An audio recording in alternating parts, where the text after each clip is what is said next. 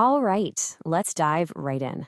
We're about to cover more than 1,000 years of Russian history in just a few minutes. Seriously, it's an epic journey that starts with the legendary founding of the nation by Viking chieftains and takes us all the way to the dramatic, violent end of its very last czar.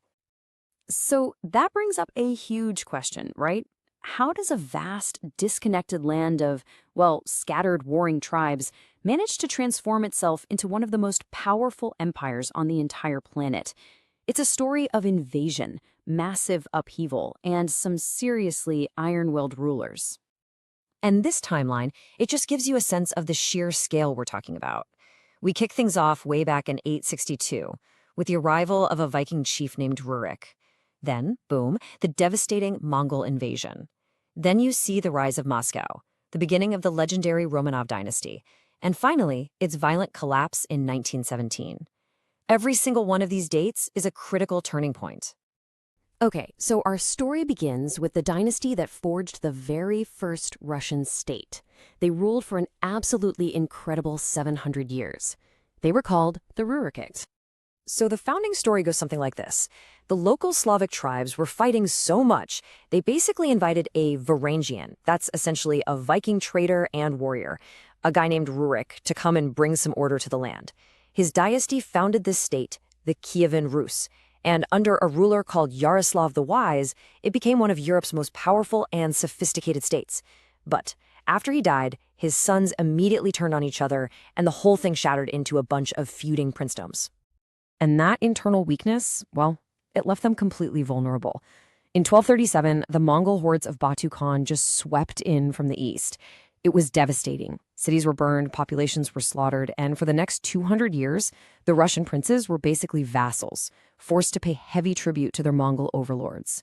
This long period of dominance became known as the Tatar yoke. But during this period of subjugation, something new began to rise. The Grand Princes of Moscow started skillfully gathering their strength. You had heroes like Dmitry Donskoy winning huge victories against the Tatars. But the real turning point came in 1480. That's when Ivan the Great made a final stand, flat out refused to pay tribute, and basically broke the Mongol hold for good. From that moment on, Moscow was the undisputed center of a new, unified Russian state. So the next big step? The crowning of Ivan IV as the very first Tsar of all Russia. And this guy, he was a total study in contrasts. On the one hand, a modernizer who conquered new lands and reformed the government. But on the other, his reign just descended into this paranoid terror.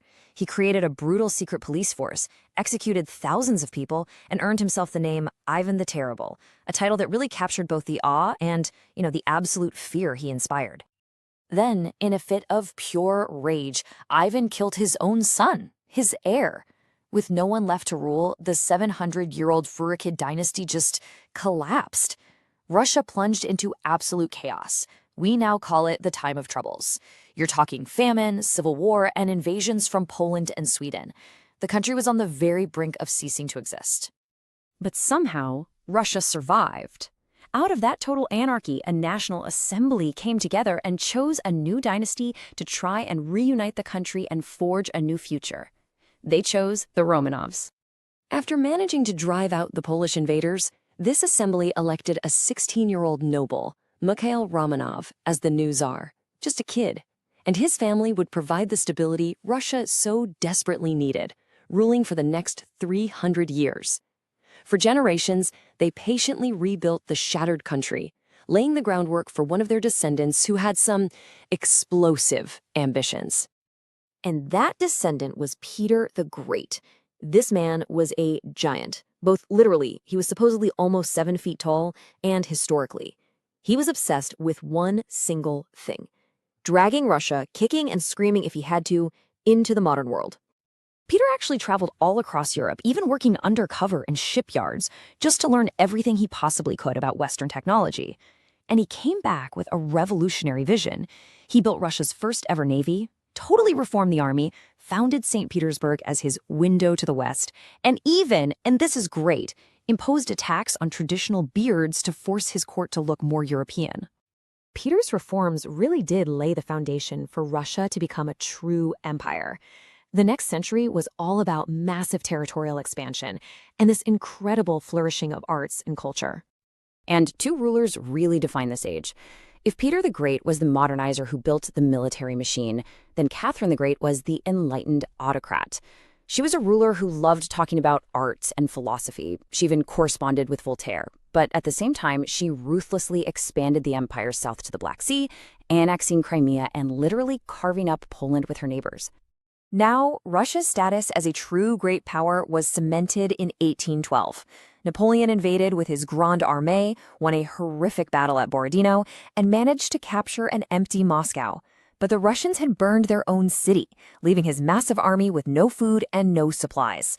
The retreat back through the brutal Russian winter, it was a complete catastrophe that destroyed Napoleon's army and dealt a mortal blow to his empire. But here's the thing. While the empire looked incredibly powerful from the outside, deep, deep cracks were forming within. The final century of Romanov rule would be this desperate back and forth between reform and reaction, and it would ultimately lead to a total collapse. You can really see the contradiction of this era in these two czars. First, you have Alexander II, known as the Liberator, because he freed Russia's millions of serfs in 1861.